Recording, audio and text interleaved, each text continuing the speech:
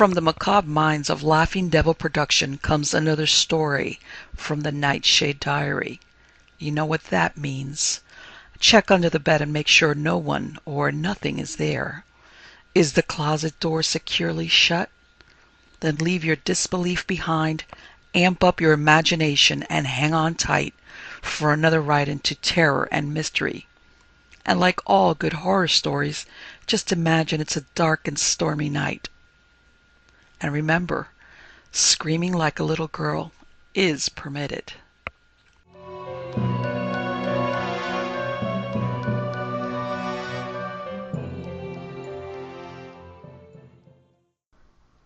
The Ghosts of Birchen Hall. Tyneside has several reputed haunted mansions, among them Churton Hall, at one time the seat of the Argylls. The mistress of one of the dukes, locally known as Silky, is said to have haunted the house for many years. Birchen Hall, owned by Major Hugo de Laval, also had its several ghosts. For years at a time it stood untenanted. During one of these periods, a Mr. Raw and a Mr. Hook, two friends interested in psychical research, asked permission to spend a few nights in the house. Major de Laval granted them permission. They went to the house one fine day in September, arriving about 6 o'clock in the evening, and after a meal prepared for them by the caretaker, Mrs. Emmett, they strolled about the extensive and well-kept grounds. It was a very still night, with hardly a breath of wind. Away in a distant field, cows stood motionless in the moonlight. Both men were smoking and every now and then talking quietly. They were on a path fringed with bushes when they saw, suddenly approaching them, a woman in a dark dress. As she drew nearer, they saw she was about 30 years of age, with dark hair and eyes, and there was something very forbidding in her face. "I wonder who she is," Hook said. "Probably a relative of the caretaker, maybe her daughter," suggested his companion. The woman left the path and disappeared from view, and they thought no more about her. They stayed outdoors for some time longer, and then went into the house, had drinks by the drawing-room fire, and then retired to bed in their adjoining bedrooms. Tired with the day's traveling, they both soon fell asleep, and slept till morning. The next day they explored the house. It was a low, rambling building, with many gables, mullioned windows, long, winding corridors, dark nooks and corners, and steep staircases.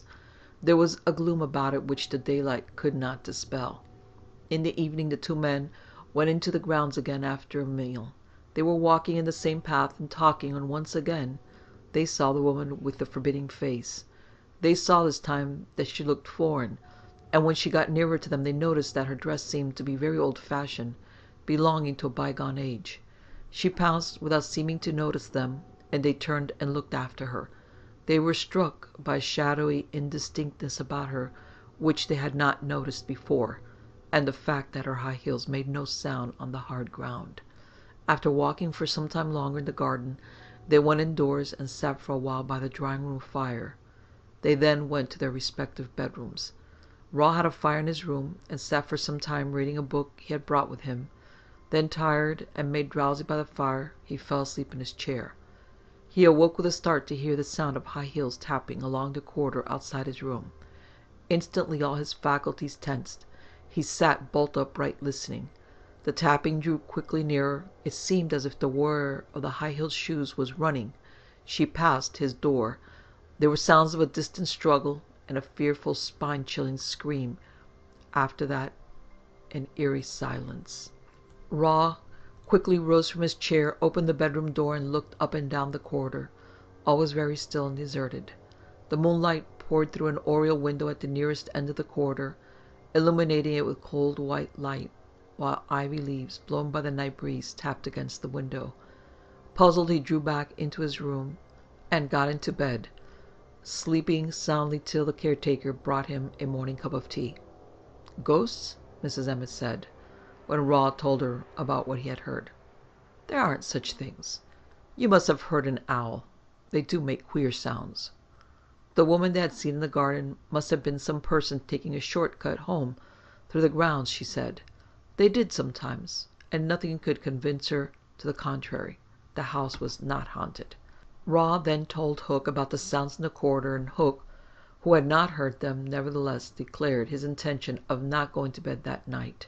He would sit up and keep a vigil. The two men spent their last day at Birchen Hall just roaming about, and in the evening, after their meal, strolled as usual in the grounds.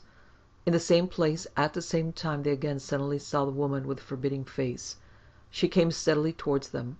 As she was about to pass, Hook stood deliberately in front of her, but she passed right through him, without swerving or apparently seeing them, and continued on her course. Considerably shaken, both men turned and looked after her, and again they noticed the shadowy indistinctness about her, and the quaintly old-fashioned dress. Hook, being not a little jarred by his strange experience, later declined to go straight to his own bedroom, and sat for a time in Raw's room before the fire. The heat from the fire made both men drowsy, and they fell asleep. They awoke simultaneously to hear the pattering of high heels in the corridor, the footfalls moving very quickly. Raw jumped up and threw the door open. Running along the corridor was the shadowy figure of an elderly woman, her face convulsed with terror, and pursuing her, a horn-handled knife in one hand, was the forbidding-faced woman of their earlier encounters, her expression one of diabolical hatred and exultation. The two figures, seen very clearly by both men, vanished round an angle in the long corridor. There were sounds of a struggle, and a blood-curdling scream of terror. Then silence. "That's enough for one night," Hook gasped. "I can't stand any more of it." He remained for the rest of the night in Raw's room, and they left the house after breakfast, calling on Major de Laval to tell him of their experience. He listened to the story with great interest, and told them that according to a family tradition, one of his ancestors, Sophia de Laval, had been murdered in the house by Marie Blucher, her French companion, who robbed her and got away without ever being seen again. What Raw and Hook had witnessed was evidently a reenaction of the crime. Marie Blucher, the Major said, had connived in getting the servants out of the house on the night of her attack, so that she had got Sophia to herself, alone and defenseless, and she had used the knife with all the strength of a man. The Man Who Came Back. A strange story was told me many years ago by Frederick Blake, a retired civil servant. The incident happened in the 60s of the last century.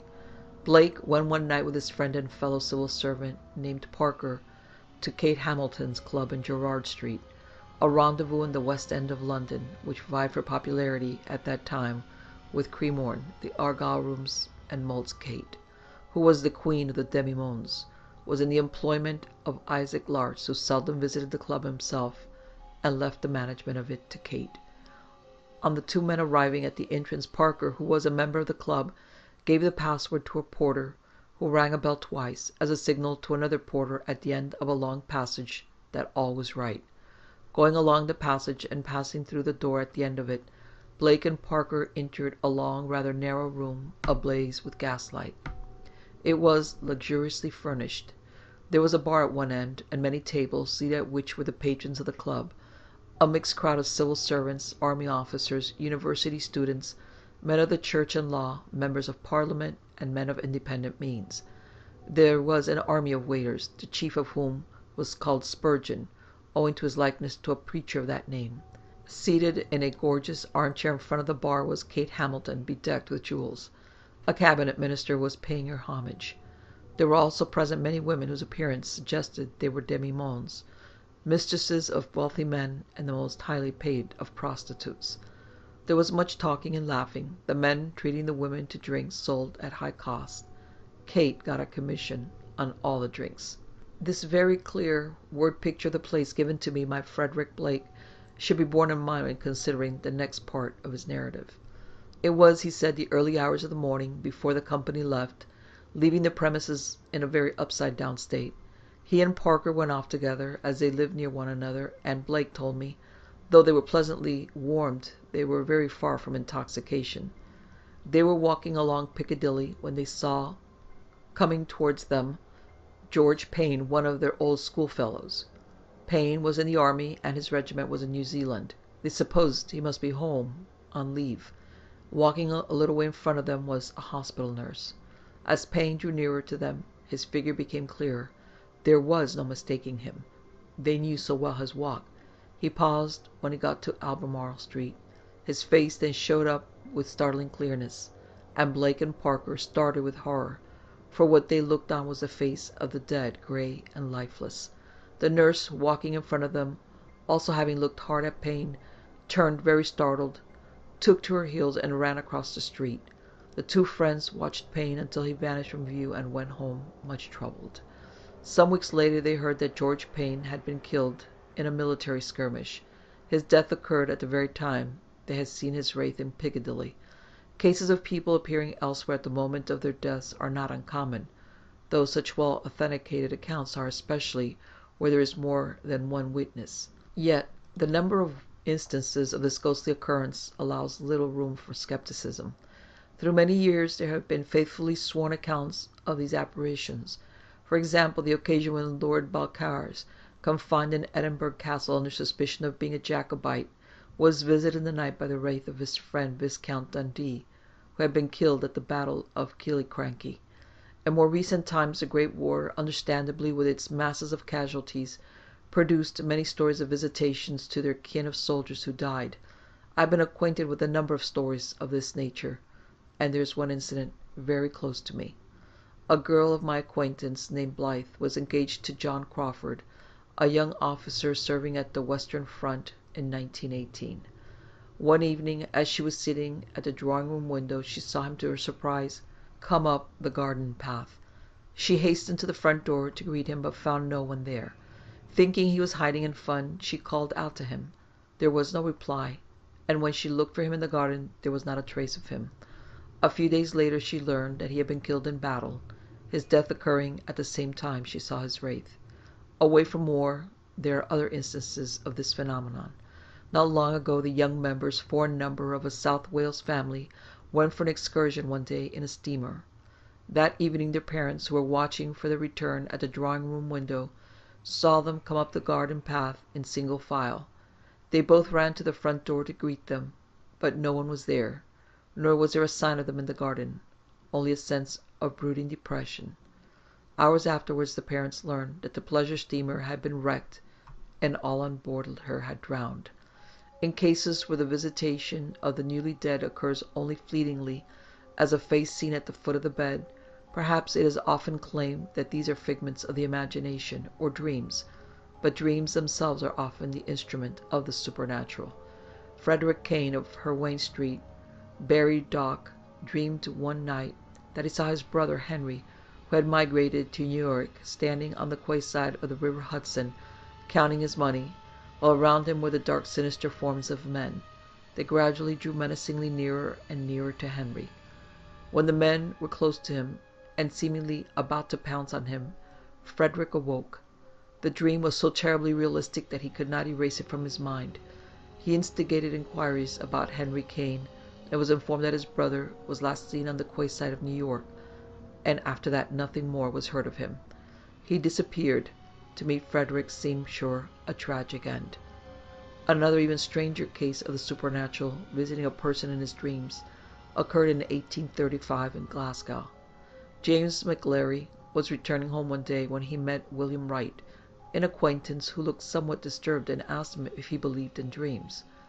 McLary replied that he did not, whereupon Wright said he had dreamed that his friend James Imrie had stabbed him suddenly with a knife he used for cutting leather. Imrie was a shoemaker. Wright declared he could never forget the awful face Imrie had made when he made the stabbing stroke. McLary told Wright to forget the dream, and left him. Some days later McLary was in the same street when he heard loud cries of "Murder!" and Wright rushed to him, a bloody knife in his hand. "I've killed Imrie," he said. "In his house I went to see him, and he made the same hideous face I'd seen him make in my dreams. Feeling sure he was about to kill me, I stabbed him, and oh my God, he is dead. I've killed him." Wright was seized by the police, who told him that Imrie was not dead. When Wright heard this he wept for joy. "Thank God," he cried, "I am not a murderer after all." His joy was, however, premature, for Imrie died that night in hospital. Wright's impassioned defense that the dream was answerable for Imrie's death carried no weight. He was found guilty of murder and executed. The Night Hounds. Of all the ghosts of animals, dog phantoms would seem to be the most common. One of the best known dog ghosts is the big terrifying dog phantom that is said to haunt the borders of Dartmoor. It is believed to be the ghost of the bad Lady Howard, who is credited with the murder of one husband, if not more. In Wales, a phantom mastiff has been seen to haunt country lanes and woods and is described as a most alarming and evil spectre. A farmer was returning home one night along a lane leading to the Liswery crossways in Monmouthshire, when his horse suddenly shied, pitching him from the saddle, and showing great terror, bolted for home. The farm servants, finding the horse, set off in search of their employer, and found him lying on the ground. He declared he had seen the phantom mastiff. It took him some days to recover from the shock and fall he had received. In Norfolk and Cambridgeshire, there's an equally terrifying dog called the shag or shuck, which is said to haunt churchyards and lonely spots. One of its special places, called Shuck's Lane, is near Overstrand in Norfolk. In the neighbourhood of Leeds there is a big shaggy-haired phantom dog known by the name of Padfoot. To see it is a portent of death. According to Baring Gould, a Horbury man was going home one night when he saw a big white dog in a hedge. He aimed a blow at it, and his stick passed right through it. He went home greatly frightened, fell ill, and died. In Northumberland, Durham, and Yorkshire, there are visitations by a great spectral hound, and in parts of Lancashire a large black hound with fiery eyes is believed to portend a death. These phantoms have been seen from time to time, not only by possibly superstitious country folk, but by people who beforehand were, to say the least, highly sceptical of such things.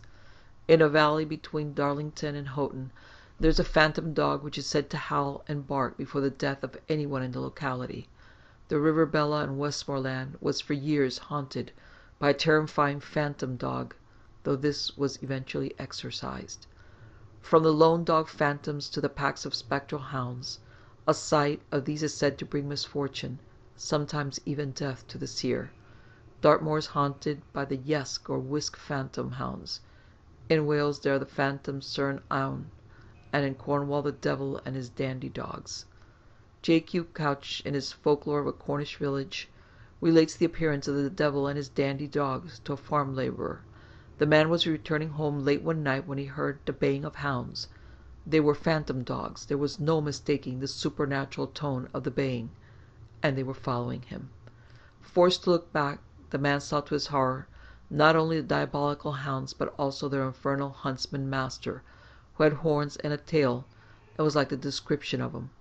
In his despair the man fell to his knees and prayed for deliverance from the powers of evil, whereupon hounds and devil halted for a moment, and then vanished. In the vicinity of Cliviger in Lancashire there are the Gabriel Ratchets. A Sheffield man, when passing one night a lonely churchyard on his way home, distinctly heard them. An old man passing along a lane near the Devon village of St. Mary Tavy during the last century heard the howling and barking of the Yeth spectral pack of hounds. Legends of wild huntsmen riding with packs of spectral hounds abound throughout Europe. The most famous of all occult hunts is that of Herne the Hunter, who, according to general belief, was a forester at Windsor in the reign of Henry VIII.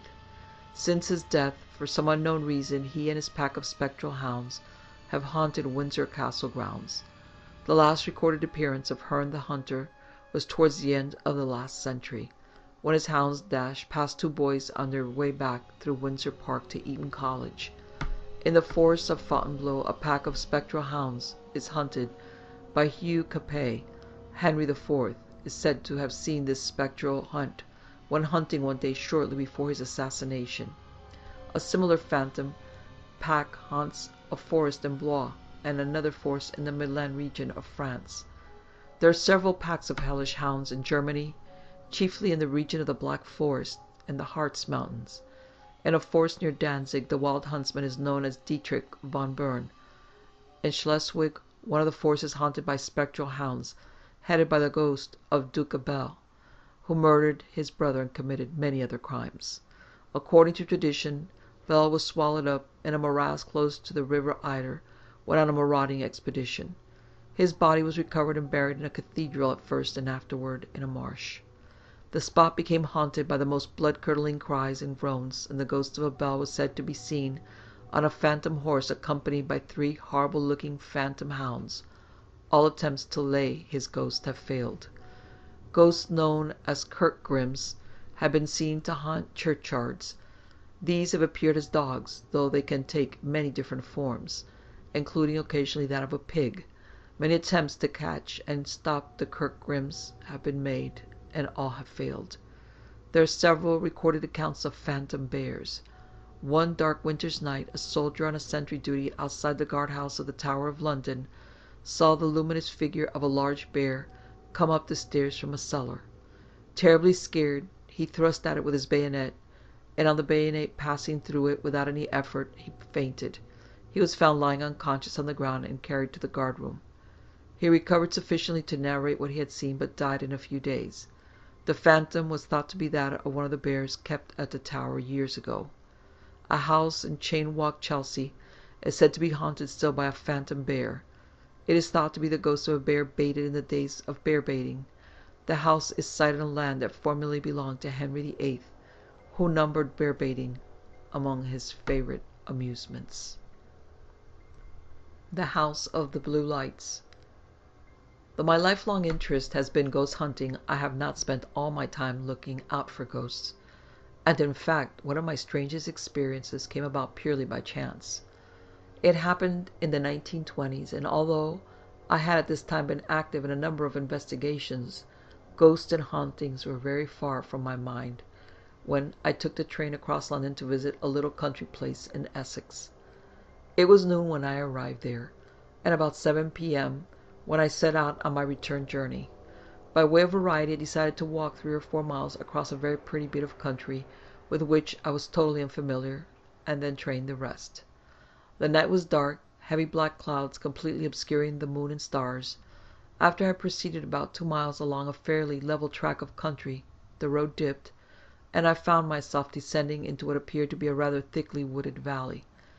It is not often I feel depressed, really depressed, but as I plunged further and further down into that very silent vale, I became strangely influenced by the surroundings. I seemed to be so utterly alone, cut off from every evidence of human life and habitation, that I could scarcely credit I was in reality less than a score of miles from London. Walking steadily on, I eventually arrived at the foot of the decline. Here I halted, and I was peering about in the dark when my attention was attracted by a dull glimmering light in among the trees on the one side of the road. It did not seem to proceed from a house, and there was something about it which puzzled me. Curious to ascertain its origins, I climbed over a low fence, and advancing toward the light with every caution, for the ground seemed full of pit-holes, I soon found myself on the edge of an open piece of ground.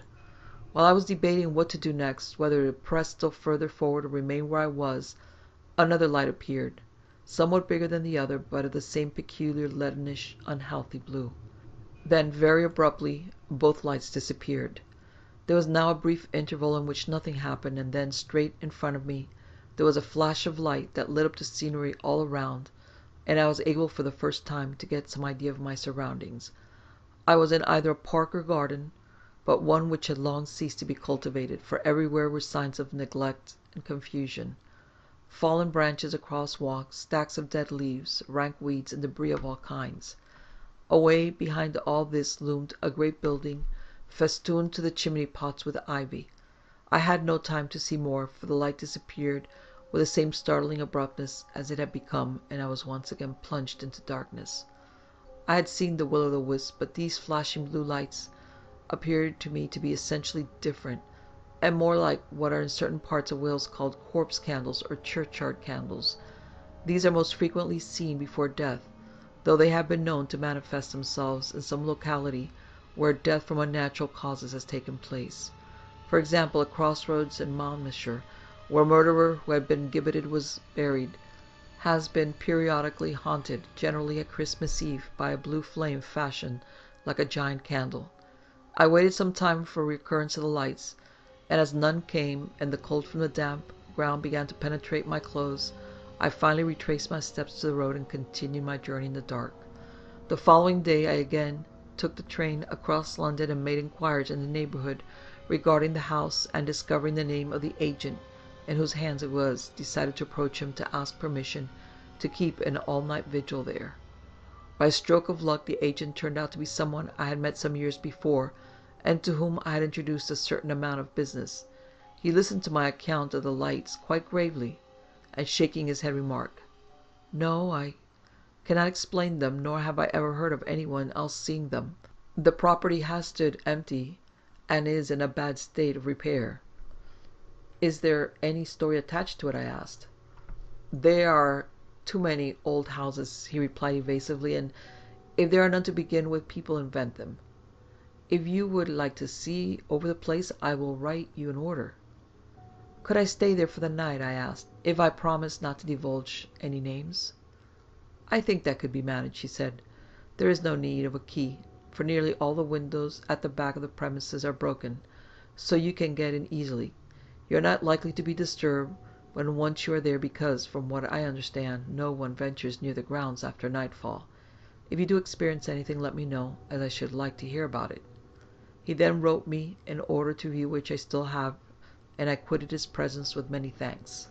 This conversation took place one Monday in November, but owing to a succession of disasters, I was kept from fulfilling my intention to ghost hunt till Christmas Eve, which is, by the way, one of the nights of the year most favorable to the experiencing of ghost manifestations, when wraiths are to be met at crossroads, in and around old burial places, in spots that have tempted people to put an end to their existence, and in crime-stained mansions.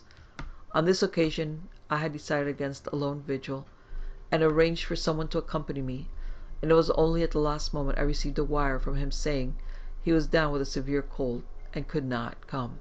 Hence, armed with a torch and a box of sandwiches, I set off alone. Houses look different in the daytime, and when I once again clambered over the wooden fence and approached the spot where I had stood and watched the lights, I could hardly believe it was the same building. It was in a slight hollow, with a cluster of very tall trees on either side of it, and as I approached it, the crows perched in the topmost branches greeted me with hoarse croaks. It was a huge house with high narrow windows and jalousies, Italian style, and a ponderous hall door studded with iron nails, like that of a door of a cathedral. There was no difficulty in gaining admittance, as several of the lower windows were entirely empty of glass. I got in through a window close to a door, and found myself in a stone-flagged passage. As one would naturally suppose, the place smelt very damp and earthy, and I now became conscious of a sense of loneliness and depression, somewhat akin to what I experienced the night I saw the lights. The front portion of the house was in a trifle better condition. Crawling insects held high holiday on the once polished boards of the vast entrance hall, while cobwebs festooned the oak-panelled walls, but there was no bad decay, nor any excessive damp. On ascending the main staircase, the sense of depression increased, and I now got for the first time a very unpleasant, eerie feeling, which I had some difficulty in overcoming. Each step I took awoke 101 long, reverberating echoes, like were quite alarming in their intensity and queer sound of hollowness. It was not easy to write it all off to suggestion. Although it was broad daylight, the long corridors that confronted me on the first floor were swathed in gloom and laden with shadows. The rooms, too, were dark with shadows and full of a sense of loneliness. I went everywhere in the building and satisfied myself that there was no one in hiding, then retired to the entrance hall, and throwing open the windows to let in the fresh air and thin sunshine, sat down there and had my lunch. I then whiled away the afternoon wandering around the extensive grounds, and having tea in a village some mile or so distant, and towards evening returned to the house to commence my ghost hunting in earnest. It was about 7 o'clock when I re-entered the grounds, and approaching the house by a long gravel path, hedged in on either side by laurel and other bushes. The moon was now out, and its beams illuminated the scene with a cold silvery glow. I was looking determinedly ahead, for I did not altogether relish the prospect of a night alone in that very gloomy, utterly deserted building, when I suddenly saw a figure. It was that of a girl, a slight, tallish girl, clad in a white frock, with a dark cloak over it. She wore no hat, but her hair hung in a mass of bright disorder over her shoulders. She was hurrying towards me and carrying in one bare hand a pail which shone and sparkled in the moonlight. I could not see her face with any degree of distinctness, because it seemed somehow to be in the shadows, continually in the shadow. When she got within about 20 feet of me, she abruptly turned down a side path and disappeared from view. Directly I reached this path, I looked down it, and there she was, still hurrying along, and still carrying the pail, which gleamed so brightly by her side.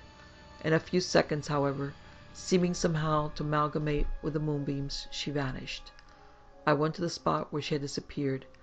It was hedged on either side by a thick growth of laurels. I looked everywhere, but could find no trace of her, and though I listened intently, I could detect no sound of footsteps. I then recollected that I had not previously heard any, that she had walked with absolute silence. Neither her feet nor the bucket she was carrying made any sound whatsoever. Struck with the oddness of it, I now hurried to the house, and entering the same way as before, I looked around in search of a likely spot for my vigil. I eventually selected a room on the first floor. It led into a small archway situated about halfway down a long narrow passage, at one end of which was a bay window, and at the other a very gloomy recess. There being no chairs, I seated myself on the window sill in the empty room, and with a torch at my side, ready for instant use, awaited events. The night was icy, typical of Christmas, but fine. Away down below, the gravel drive glittered in the moonbeams, while further off a belt of larch and fir trees threw dense black shadows on the unkempt grass. There was not a breath of air, not a branch stirring, no noise of any sort to be heard, and the distant sound of a church clock striking 8 broke the silence with a startling distinctness. Of course, I soon began to hear things. One always does in houses, especially long disused houses. From somewhere close at hand, some water dripped.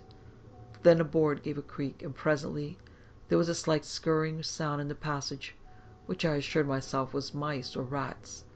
I nerved myself to go and look, and saw nothing, only bare moonlit walls and endless shadow.